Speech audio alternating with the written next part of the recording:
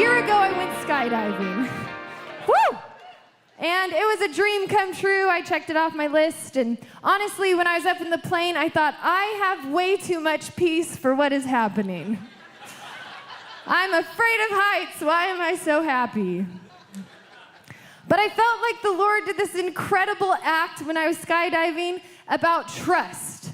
And what happened is I got up there. Now, I picked the easiest way to skydive, okay?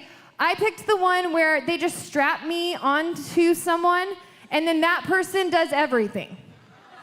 So literally, all I do is I step onto the plane, and then I sit there, and then I step off the plane. And there's someone else there, and they know all that. They have the little watch thing that tells them how high we are and how fast we're flying and how much longer until I can't breathe. And then it, when to pull the cord and when to steer. And so they know all this stuff, and I just get to live in bliss. And I'm like, I tried to scream, but my face was headed this way and the air was headed this way. So I was like, ah!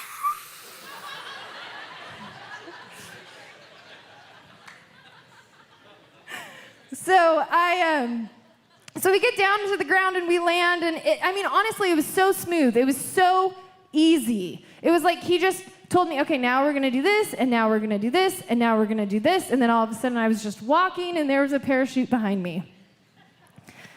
And the Lord told me two things. The first one is, I could trust that I was not going to die because I knew the person who was in charge of me had a great investment in that moment. It wasn't because he loved me. It was because he didn't want to die. He knew that if he crashed us, it was going to crash both of us, right? So I had so much faith that he was going to do whatever it took to make sure that I could land. The Lord has an investment in you. He loves you. He wants to see you succeed. He wants to see you birth the dreams that he put inside of you before you were born. The second thing, last point, two points. The second point is, it's not your job to know the how. When Elisha was standing there and the servant was looking at the thing, he literally was thinking, how? How are we gonna do this? This is a huge army, it's coming against me, I don't know how to overcome. And then all of a sudden, the Lord unveiled his plan, that behind the scenes, he was taking care of it. Oftentimes in our lives, we don't dream the dreams of God because we get stuck at the question of how. I also have noticed in my own life that if I look at the how for too long, hope deferred sinks in, and discouragement and defeat. Because we were never meant to carry the how.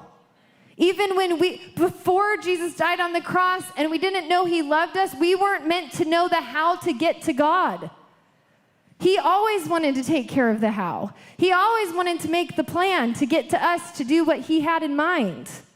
He's so good at the how. Let me tell you this. If you have a how in your life, like, I don't know how I'm going to get there. I don't know how the money's going to come in. I don't know how I'm going to find this job. I don't know how anything. That is the breeding ground for the miraculous. That is where the power of God comes into play. You have to face a how to see God do the impossible. So when you face the how, you need to remember, hey, this is not actually my responsibility. Let's take this back to the parachute.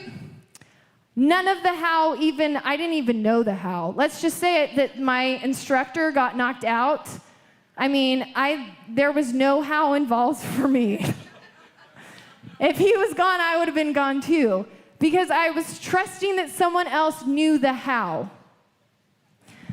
One time, me and Justin, it was our dream to go to Hawaii. I'd never gone to Hawaii. We got a piggy bank, and we were like, we're going to save for Hawaii.